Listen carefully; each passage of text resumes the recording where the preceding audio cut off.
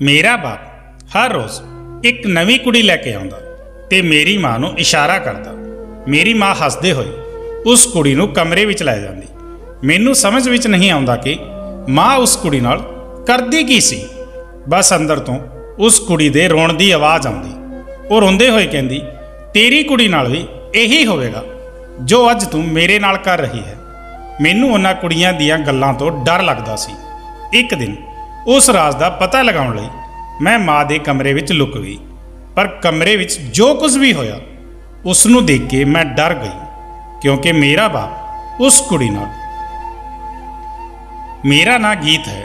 मैं अपने माँ बाप की इकलौती कुड़ी हाँ। अज भी हर रोज़ की तरह शाम का समा सी, हर पासे खामोशी सी। उसे समय मेरे घर का दरवाज़ा खुलिया ते पापा नाल एक कुड़ी आई। पापा दरवाज़ा खोलते हुए उस कुड़ी नाल अंदर आई ते माँ नूं आवाज़ देण लगे, सुमन कित्थे है, जल्दी आओ। पापा की आवाज़ सुन के माँ भजदे होए आई। पापा ने अखां ही अखां विच माँ नूं इशारा किया। मैं चुपचाप खड़ी उस कुड़ी नूं ही देखी जा रही सी। वो बहुत ही सोहणी कुड़ी सी। माँ जल्दी नाल अगे वधी ते उस कुड़ी दा हत्थ फड़ के कमरे विच लै गई। जदों कि पापा की नज़र मेरे ते ही सी, वो मैनूं कहण लगे, की होया, तू इन्नी सोच विच क्यों डुੱबी है, जल्दी नाल उठ ते मैनू भी खाना दे ते खुद भी खा, क्योंकि तेनू तां पता ही है कि हुण तेरी माँ सवेर तो पहला कमरे तो बाहर नहीं निकलेगी। मैं हाँ विच सिर हिला दिता, क्योंकि ये तां साडे घर दा रोज़ दा नियम सी। हर शाम साडे घर एक नवीं कुड़ी लियाई जांदी सी। माँ ने कदे पापा नाल इस गल दा इतराज़ नहीं कीता सी कि तुसीं रोज़ घर नवीआं नवीआं कुड़ियां क्यों लैके आउंदे हो। शायद माँ पापा विचाले हर गल पहलां तो ही तय सी, जदों कि उन्हां ने बस मैनू ही अणजाण रखिया होया सी। मैं कई बार माँ नूं पुछिया भी सी कि माँ पापा इन्नियां सोहणियां सोहणियां कुड़ियां कित्थों लैके आउंदे हन ते इत्थे की करदे हन। माँ मेरी गल सुन के गुस्से नाल घुरदे होए बोली, तू अपने काम नाल काम रखिया कर, मेरी माँ बनन दी जरूरत नहीं है। माँ दा गुस्सा देख के मेरे सवाल अंदर ही अंदर दब के रह जाते। अपने घर के इन्हां हालातां नूं देख के मेरे अंदर सवाल तो बहुत सी, पर मैं चुप हो जाती सी, क्योंकि मेरे सवालों का किसी कोल कोई जवाब नहीं सी। मैं उठ के पापा नूं खाना दिता ते खुद भी बैठ के खाण लगी। खाना खाण दे बाद भांडे धो के मैं सौण लई अपने कमरे विच चली गई। साडे घर दे सारे लोग बहुत पहलां ही सो जांदे सी ते सवेरे जल्दी उठदे। मैं देखिया पापा बाहर बेहड़े विच ही सो गए सी, पर मैनू नींद नहीं आ रही सी। मेरियां अखां तो नींद कोहां दूर सी, क्योंकि मेरियां अखां सामने वार वार उस कुड़ी दा चेहरा घूम रहा सी, जिवें वो मैनू कुछ कहना चाहती होवे, कोई गल जो मैनू दसना चाहती होवे।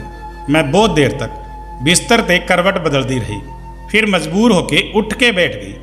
खिड़की तो बाहर वल देखा तां पापा बेखबर सो रहे सी। मैं दबे पैर कमरे तो बाहर निकली। मेरे कदम माँ के कमरे वल वधन लगे।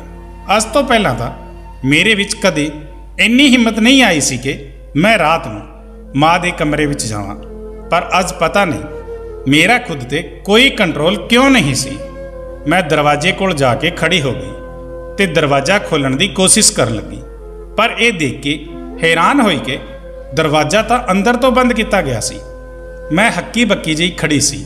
उदों मेरे कन्नां विच उस कुड़ी दी आवाज़ गूंजण लगी। वो रो रही सी, सिसक रही सी। फिर कहण लगी, देख लेना तेरी कुड़ी नाल भी यही होएगा जो तू मेरे नाल कर रही है। तेरे ते भी ये समा आवेगा जदों तेरी अखां दे सामने तेरी कुड़ी दे नाल ये सब कुछ होवेगा। तू चाह के भी रोक नहीं पाएगी। उस समय मेरी माँ की तेज आवाज़ मेरे कन्नां विच गूंजी। वो कहण लगी, बकवास बंद कर ते चुपचाप अपना काम कर। उस कुड़ी दी रोण दी आवाज़ फिर तो दोबारा आई। मैं तां डर गई ते कंबण लगी।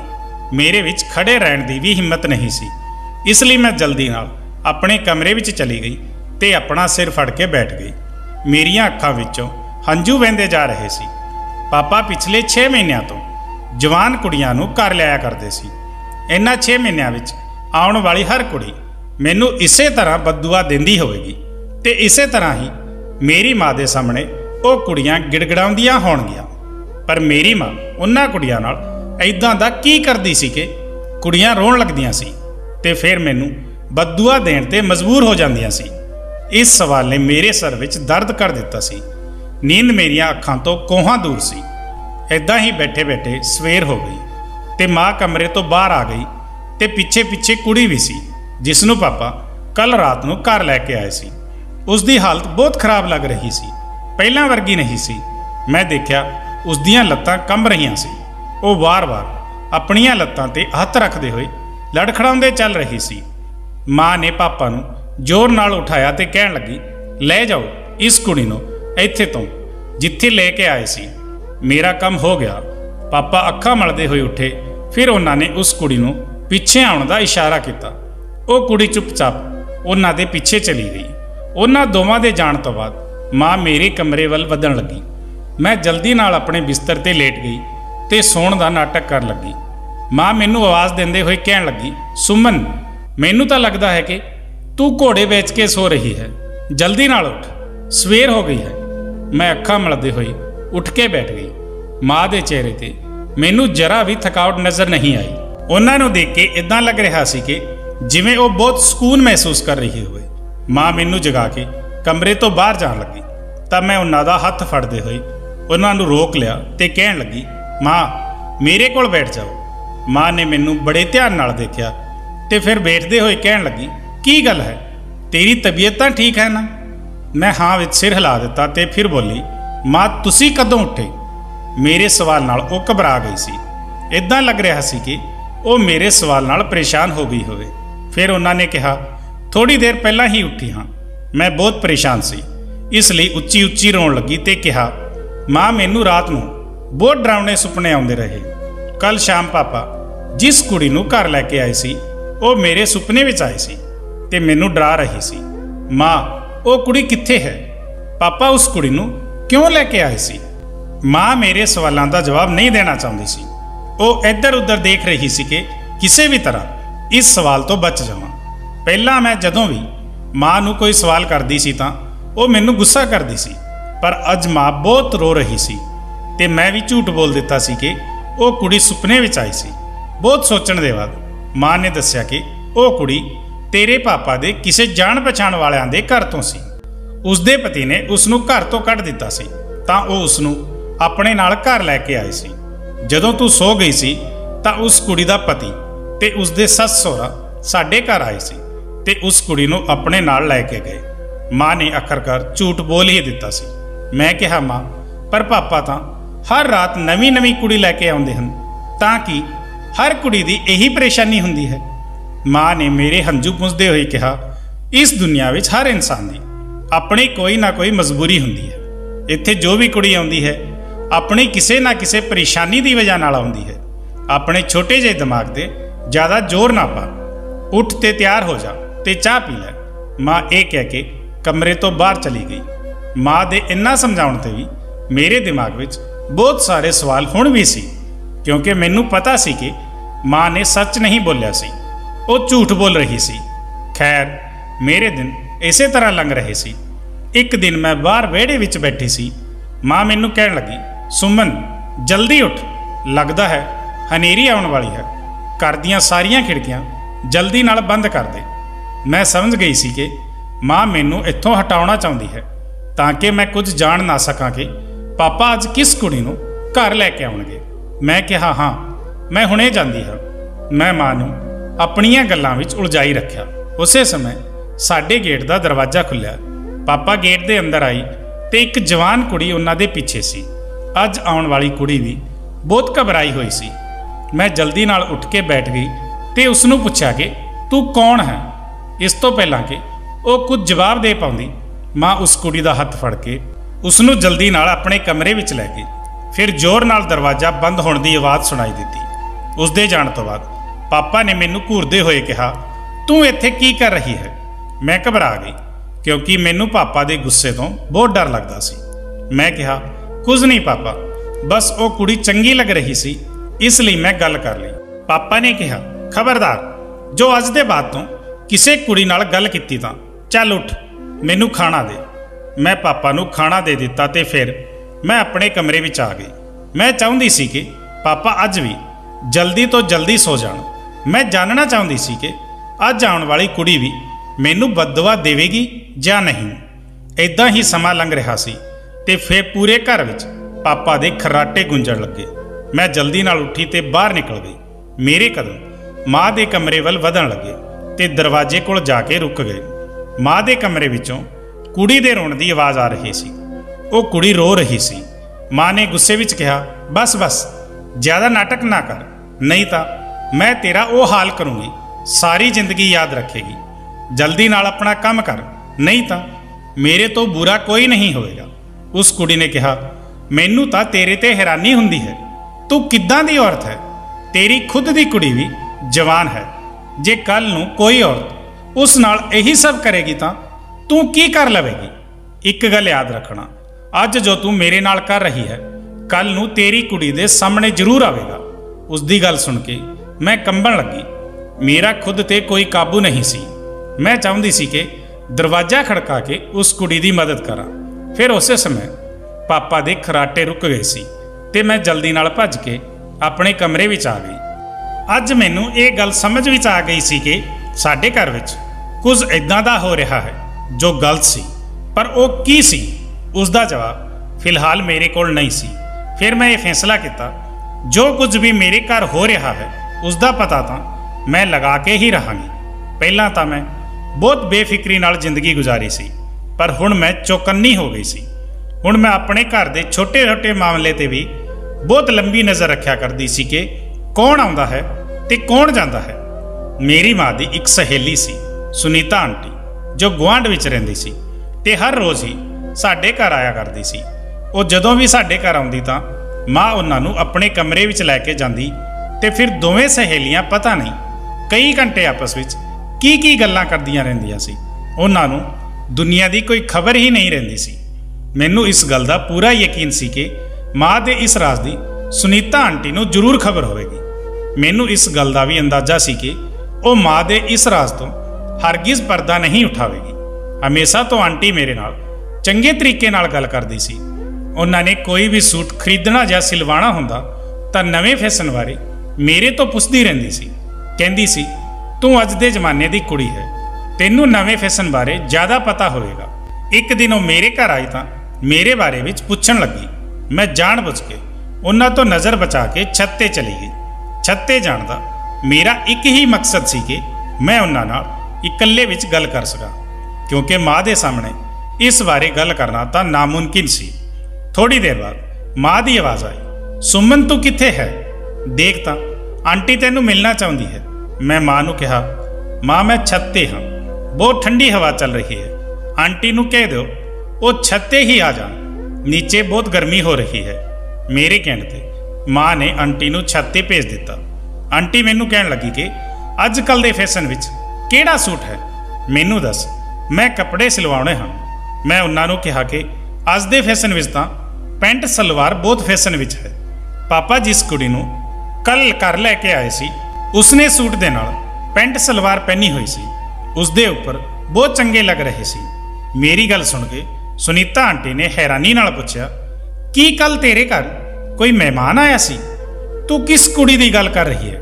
तेरी माँ ने तां एक बार भी जिक्र नहीं किया इस बारे विच। मैनू लग्या कि आंटी मेरे कोलों गल लुका रही है। मैं क्या नहीं, इवें दा कोई रिश्तेदार नहीं आया सी, बस वो हर रोज़ आउण वालियां कुड़ियां पापा हर रोज़ कोई ना कोई नवीं कुड़ी लैके आउंदे हन ते माँ उन्हां नूं कमरे विच लै जांदी है। कमरे विच जाण तो बाद वो कुड़ियां रात नूं कमरे विच रहिंदियां हन ते सवेर होण तो पहलां ही उत्थों चलियां जांदियां हन। सुनीता आंटी दे चेहरे दियां हवाइयां उड़ गईयां सी। वो कहण लगी, मेरे अलावा भी तेरी माँ की कोई सहेली है? मैं चाहुंदी सी कि मैं इदां दी गल करां कि सुनीता आंटी सारा सच मैनू दस दे। मैं कहा, मैनू नहीं पता ये माँ की सहेली है या फिर कोई होर। जे वो माँ की सहेली हुंदी तां उन्हां दे कमरे विच जांदे ही रोण क्यों लग जांदी ते मैनू बददुआ क्यों दिंदी? सुनीता आंटी अपने कपड़े दे बारे पुछना भुल चुकी सी। वो मैनू कहण लगी, सुमन तू की कह रही है? वो केड़ी बददुआ, केड़ी गल्लां दस रही है? मेरा तां बहुत समय तो तुहाडे घर आउणा जाना है, फिर मैनू इन्हां सारियां गल्लां दा पता क्यों नहीं चलिया? आंटी बहुत ज़्यादा परेशान हो गई। आंटी ਦੀਆਂ ਗੱਲਾਂ ਨਾਲ ਮੈਨੂੰ ਇਸ ਗੱਲ ਦਾ ਅੰਦਾਜ਼ਾ ਹੋ ਗਿਆ ਸੀ ਕਿ ਸ਼ਾਇਦ ਉਹ ਕੁਝ ਨਹੀਂ ਜਾਣਦੀ ਤੇ ਉਹ ਮੇਰੇ ਸਾਹਮਣੇ ਝੂਠ ਵੀ ਨਹੀਂ ਬੋਲ ਰਹੀ ਹੈ। ਮੈਂ ਕਿਹਾ, ਆਂਟੀ ਜੇ ਮਾਂ ਨੇ ਤੁਹਾਨੂੰ ਇਸ ਬਾਰੇ ਨਹੀਂ ਦੱਸਿਆ ਤਾਂ ਜ਼ਾਹਿਰ ਜਿਹੀ ਗੱਲ ਹੈ ਕਿ ਬਹੁਤ ਅੰਦਰ ਦੀ ਗੱਲ ਹੋਏਗੀ ਤੇ ਜੇ ਤੁਸੀਂ ਮਾਂ ਨੂੰ ਇਸ ਬਾਰੇ ਵਿੱਚ ਪੁੱਛੋਗੇ ਤਾਂ ਉਹਨਾਂ ਦਾ ਸ਼ੱਕ ਮੇਰੇ ਤੇ ਹੀ ਜਾਵੇਗਾ। ਇਸ ਲਈ ਤੁਸੀਂ ਉਹਨਾਂ ਨੂੰ ਕੁਝ ਵੀ ਨਾ ਪੁੱਛਣਾ। ਆਂਟੀ ਨੇ ਸਹਿਮਤੀ ਨਾਲ ਆਪਣਾ ਸਿਰ ਹਿਲਾ ਦਿੱਤਾ ਤੇ ਮੇਰਾ ਹੱਥ ਫੜਦੇ ਹੋਏ ਬੋਲੀ, ਤੈਨੂੰ ਕੀ ਅੰਦਾਜ਼ਾ ਹੈ ਕਿ ਤੇਰੀ ਮਾਂ ਦੇ ਕਮਰੇ ਵਿੱਚ ਕੀ ਹੁੰਦਾ ਹੈ? ਮੈਂ ਕਿਹਾ, ਨਹੀਂ ਆਂਟੀ, ਪਰ ਸੱਚ ਕਹਾਂ ਤਾਂ ਇਹ ਗੱਲ ਮੈਂ ਤੁਹਾਨੂੰ ਇਸ ਲਈ ਦੱਸੀ ਹੈ ਕਿ ਤੁਹਾਨੂੰ ਸ਼ਾਇਦ ਇਸ ਬਾਰੇ ਕੁਝ ਪਤਾ ਹੋਵੇ। ਮੈਨੂੰ ਉਹਨਾਂ ਕੁੜੀਆਂ ਦੇ ਰੋਣ ਦੀ ਆਵਾਜ਼ ਬਹੁਤ ਪਰੇਸ਼ਾਨ ਕਰਦੀ ਹੈ। ਹੁਣ ਤੁਸੀਂ ਹੀ ਮੈਨੂੰ ਦੱਸੋ ਕਿ ਮੈਂ ਉਹਨਾਂ ਦੀ ਮਦਦ ਕਿਵੇਂ ਕਰਾਂ। ਆਂਟੀ ਮੈਨੂੰ ਤਸੱਲੀ ਦਿੰਦੇ ਹੋਏ ਕਹਿਣ ਲੱਗੀ, ਚਿੰਤਾ ਨਾ ਕਰ, ਆਪਾਂ ਦੋਵੇਂ ਮਿਲ ਕੇ ਇਸ ਮਸਲੇ ਦਾ ਕੋਈ ਨਾ ਕੋਈ ਹੱਲ ਕੱਢ ਹੀ ਲਵਾਂਗੇ। ਮੈਂ ਕੁਝ ਇੱਦਾਂ ਕਰਾਂਗੀ ਕਿ ਤੇਰੀ ਮਾਂ ਸੱਚਾਈ ਦੱਸਣ ਲਈ ਮਜਬੂਰ ਹੋ ਜਾਵੇਗੀ, ਫਿਰ ਮੈਂ ਉਹ ਸਾਰੀ ਗੱਲ ਤੈਨੂੰ ਦੱਸ ਦਊਂਗੀ। ਮੈਂ ਸਹਿਮਤੀ ਵਿੱਚ ਸਿਰ ਹਿਲਾ ਦਿੱਤਾ। ਸੁਨੀਤਾ ਆਂਟੀ ਬਹੁਤ ਹੀ ਚੰਗੀ ਔਰਤ ਸੀ। ਹੁਣ ਵੀ ਮਾਂ ਤੇ ਪਾਪਾ ਦਾ ਉਹੀ ਰੂਟੀਨ ਜਾਰੀ ਸੀ। ਪਾਪਾ ਹਰ ਰੋਜ਼ ਨਵੀਂ ਕੁੜੀਆਂ ਲੈ ਕੇ ਆਉਂਦੇ ਤੇ ਮਾਂ ਉਹਨਾਂ ਕੁੜੀਆਂ ਨੂੰ ਆਪਣੇ ਕਮਰੇ ਵਿੱਚ ਲੈ ਕੇ ਜਾਂਦੀ ਸੀ। ਆਂਟੀ 2 ਦਿਨ ਬਾਅਦ ਸਾਡੇ ਘਰ ਆਈ ਸੀ। ਉਸ ਸਮੇਂ ਮੈਂ ਆਪਣੇ ਕਮਰੇ ਦੇ ਵਿੱਚ ਲੇਟੀ ਹੋਈ ਸੀ। ਫਿਰ ਪੜ੍ਹਾਈ ਛੱਡ ਕੇ ਖਿੜਕੀ ਦੇ ਕੋਲ ਆ ਕੇ ਖੜੀ ਹੋ ਗਈ। ਆਂਟੀ ਨੇ ਮਾਂ ਨੂੰ ਪੁੱਛਿਆ ਕਿ ਕੱਲ ਰਾਤ ਤੇਰੇ ਪਤੀ ਨਾਲ ਤੇਰੇ ਘਰ ਵਿੱਚ ਕਿਹੜੀ ਕੁੜੀ ਆਈ ਸੀ? ਮਾਂ ਉਹਨਾਂ ਦੀ ਗੱਲ ਨੂੰ ਅਣਸੁਣੀ ਕਰਦੇ ਹੋਏ ਕਹਿਣ ਲੱਗੀ, ਅੱਜ ਗਰਮੀ ਬਹੁਤ ਹੈ। ਆਂਟੀ ਨੇ ਆਪਣਾ ਸਵਾਲ ਫਿਰ ਤੋਂ ਦੁਹਰਾਇਆ। ਉਹਨਾਂ ਨੇ ਕਿਹਾ, ਦੱਸ ਕੱਲ ਤੇਰੇ ਘਰ ਕੌਣ ਆਈ ਸੀ? ਮਾਂ ਨੇ ਕਿਹਾ, ਕੀ ਕਹਿ ਰਹੀ ਹੈ? ਸਾਡੇ ਘਰ ਕੌਣ ਆਵੇਗਾ? ਆਂਟੀ ਨੇ ਕਿਹਾ, ਤੂੰ ਵੀ ਕਮਾਲ ਕਰਦੀ ਹੈ। ਕੱਲ ਮੈਂ ਆਪਣੀਆਂ ਅੱਖਾਂ ਨਾਲ ਦੇਖਿਆ ਸੀ। ਰਾਤ ਨੂੰ 9 ਵਜੇ ਦੇ ਬਾਅਦ ਇੱਕ ਕੁੜੀ ਤੇਰੇ ਘਰ ਆਈ ਸੀ। ਮੈਂ ਉਸ ਨੂੰ ਮਿਲਣ ਆਈ ਹਾਂ। ਮੈਨੂੰ ਲੱਗਿਆ ਤੇਰੀ ਕੋਈ ਰਿਸ਼ਤੇਦਾਰ ਹੋਵੇਗੀ। ਮਾਂ ਨੇ ਗੱਲ ਨੂੰ ਸੰਭਾਲਦੇ ਹੋਏ ਜਲਦੀ ਨਾਲ ਕਿਹਾ, ਅੱਛਾ ਉਹ ਕੁੜੀ, ਉਹ ਥੋੜੀ ਦੇਰ ਲਈ ਹੀ ਆਈ ਸੀ, ਇਸ ਲਈ ਮੇਰੇ ਦਿਮਾਗ ਵਿੱਚੋਂ ਉਸ ਦਾ ਖਿਆਲ ਨਿਕਲ ਗਿਆ ਸੀ। ਦਰਅਸਲ ਉਹ ਸੁਮਨ ਦੇ ਪਾਪਾ ਦੀ ਕੋਈ ਰਿਸ਼ਤੇਦਾਰ ਸੀ। 10 ਮਿੰਟ ਲਈ ਹੀ ਸਾਨੂੰ ਮਿਲਣ ਆਈ ਸੀ। ਸੁਨੀਤਾ ਆਂਟੀ ਬੋਲੀ, ਚੰਗਾ, ਸੁਮਨ ਕਿੱਥੇ ਹੈ? ਮੈਨੂੰ ਫੈਸ਼ਨ ਦੇ ਮੁਤਾਬਿਕ ਸੂਟ ਬਾਰੇ ਉਸ ਨੂੰ ਪੁੱਛਣਾ ਹੈ। ਉਸਨੇ ਕਿਹਾ ਕਿ ਇੰਟਰਨੈਟ ਤੇ ਸਰਚ ਕਰਕੇ ਦੱਸੇਗੀ, ਪਰ ਹੁਣ ਤੱਕ ਉਸਨੇ ਨਹੀਂ ਦੱਸਿਆ। ਮਾਂ ਨੇ ਆਂਟੀ ਨੂੰ ਮੇਰੇ ਕਮਰੇ ਵੱਲ ਇਸ਼ਾਰਾ ਕਰ ਦਿੱਤਾ। ਆਂਟੀ ਮੇਰੇ ਕਮਰੇ ਵਿੱਚ ਆਈ ਤੇ ਕਹਿਣ ਲੱਗੀ, ਸੁਮਨ ਤੇਰੀ ਮਾਂ ਇੰਨੀ ਆਸਾਨੀ ਨਾਲ ਆਪਣਾ ਰਾਜ਼ ਸਾਨੂੰ ਨਹੀਂ ਦੱਸੇਗੀ, ਇਸ ਲਈ ਸਾਨੂੰ ਬਹੁਤ ਕੁਝ ਕਰਨਾ ਹੋਵੇਗਾ। ਮੈਂ ਇੱਕ ਮੋਬਾਈਲ ਲੁਕਾ ਕੇ ਲੈ ਕੇ ਆਈ ਹਾਂ ਤੇਰੇ ਲਈ। ਜੇ ਮੈਂ ਤੇ ਤੂੰ ਹੋਰ ਜ਼ਿਆਦਾ ਗੱਲਾਂ ਕਰਾਂਗੇ ਤਾਂ ਤੇਰੀ ਮਾਂ ਨੂੰ ਸ਼ੱਕ ਹੋ ਜਾਵੇਗਾ, ਇਸ ਲਈ ਮੈਂ ਫੋਨ ਤੇ ਗੱਲ ਕਰੂੰਗੀ। ਮੈਂ ਜਲਦੀ ਨਾਲ ਉਹਨਾਂ ਦੇ ਹੱਥ ਤੋਂ ਫੋਨ ਲੈ ਕੇ ਆਪਣੀ ਅਲਮਾਰੀ ਵਿੱਚ ਲੁਕਾ ਦਿੱਤਾ ਸੀ। ਰਾਤ ਹੋਈ ਤਾਂ ਫਿਰ ਤੋਂ ਇੱਕ ਕੁੜੀ ਸਾਡੇ ਘਰ ਲਿਆਈ ਗਈ। ਮਾਂ ਉਸ ਕੁੜੀ ਨੂੰ ਲੈ ਕੇ ਆਪਣੇ ਕਮਰੇ ਵਿੱਚ ਚਲੀ ਗਈ ਤੇ ਪਾਪਾ ਕੁਝ ਦੇਰ ਬਾਅਦ ਖਰਾਟੇ ਲੈਣ ਲੱਗੇ। ਮੈਂ ਜਲਦੀ ਨਾਲ ਸੁਨੀਤਾ ਆਂਟੀ ਨੂੰ ਫੋਨ ਮਿਲਾਇਆ। ਉਹਨਾਂ ਨੇ ਕਿਹਾ, ਸੁਮਨ, ਕੀ ਤੇਰੇ ਹੱਥ ਕੋਈ ਸਬੂਤ ਲੱਗਿਆ?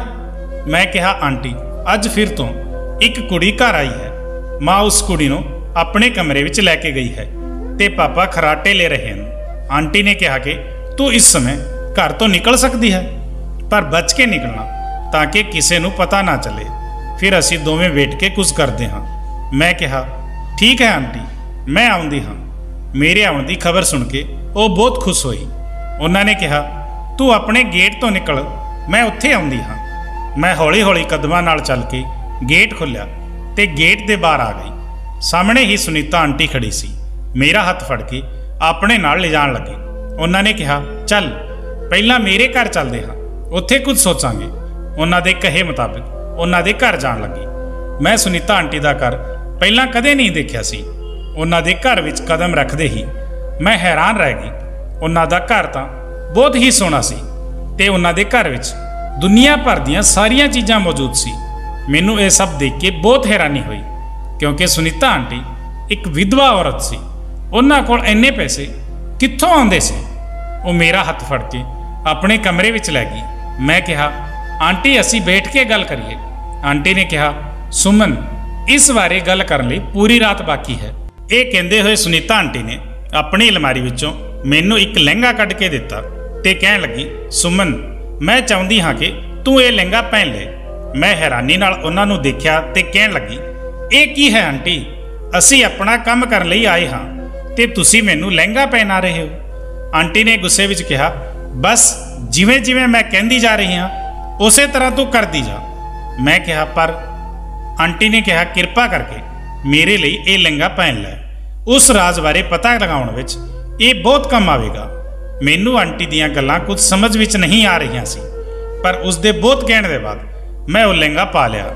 ਉਸ ਦੇ ਬਾਅਦ ਆਂਟੀ ਨੇ ਮੇਰਾ ਮੇਕਅਪ ਕੀਤਾ। ਮੈਂ ਸ਼ੀਸ਼ੇ ਵਿੱਚ ਆਪਣੇ ਆਪ ਨੂੰ ਦੇਖਿਆ ਤਾਂ ਮੈਂ ਬਹੁਤ ਸੋਹਣੀ ਲੱਗ ਰਹੀ ਸੀ।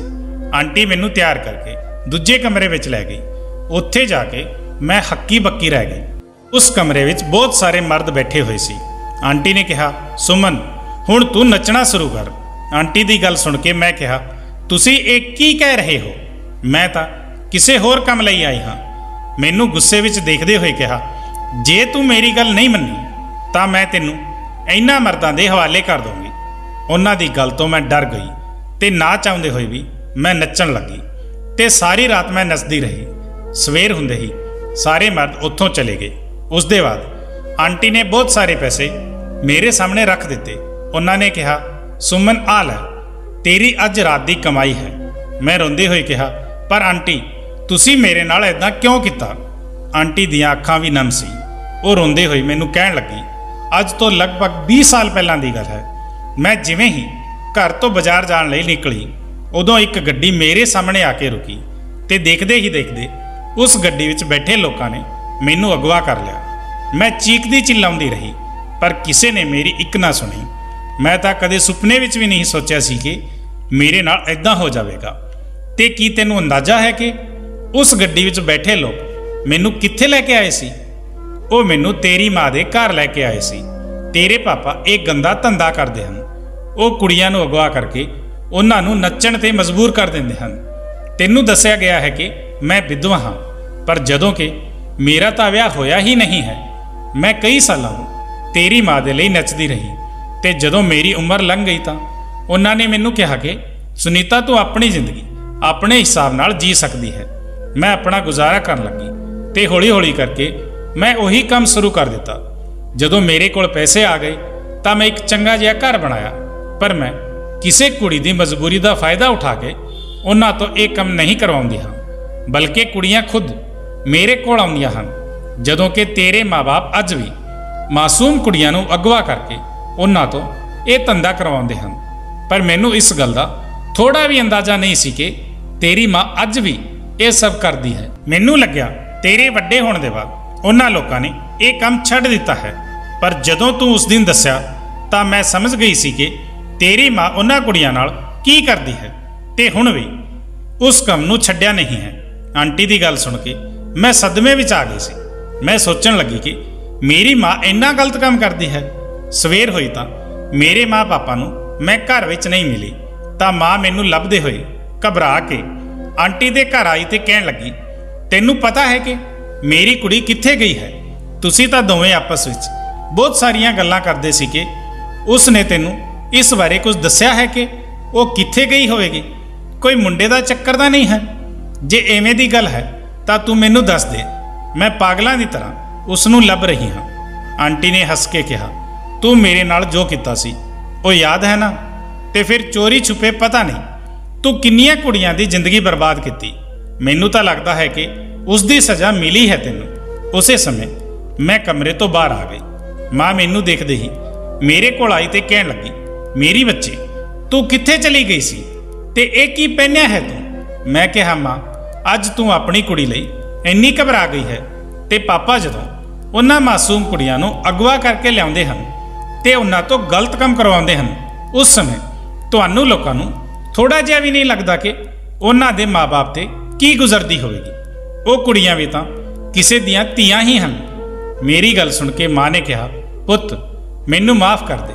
ਮੈਂ ਕਿਹਾ, ਮੈਂ ਤੁਹਾਨੂੰ ਲੋਕਾਂ ਨੂੰ ਇੱਕ ਹੀ ਸ਼ਰਤ ਤੇ ਮਾਫ ਕਰ ਸਕਦੀ ਹਾਂ, ਵਾਅਦਾ ਕਰੋ ਕਿ ਤੁਸੀਂ ਦੋਵੇਂ ਇਹ ਕੰਮ ਕਰਨਾ ਛੱਡ ਦਿਓਗੇ। ਮਾਂ ਮੇਰੇ ਕਦਮਾਂ ਵਿੱਚ ਡਿੱਗ ਕੇ ਕਹਿਣ ਲੱਗੀ, ਠੀਕ ਹੈ ਪੁੱਤ, ਮੈਂ ਤੈਨੂੰ ਵਾਅਦਾ ਕਰਦੀ ਹਾਂ ਅੱਜ ਦੇ ਬਾਅਦ ਮੈਂ ਤੇ ਤੇਰੇ ਪਾਪਾ ਇਦਾਂ ਦਾ ਕੋਈ ਕੰਮ ਨਹੀਂ ਕਰਾਂਗੇ। ਉਹਨਾਂ ਨੂੰ ਅਹਿਸਾਸ ਹੋ ਗਿਆ ਸੀ ਕਿ ਉਹ ਜਿੰਨਾ ਮਾਸੂਮ ਕੁੜੀਆਂ ਨੂੰ ਅਗਵਾ ਕਰਕੇ ਲੈ ਕੇ ਆਉਂਦੇ ਹਨ ਉਹ ਵੀ ਕਿਸੇ ਦੀਆਂ ਧੀਆਂ ਹਨ। ਦੋਸਤੋ, ਇਸ ਬਾਰੇ ਤੁਹਾਡੇ ਕੀ ਵਿਚਾਰ ਹਨ? ਕਮੈਂਟ ਕਰਕੇ ਜ਼ਰੂਰ ਦੱਸਣਾ।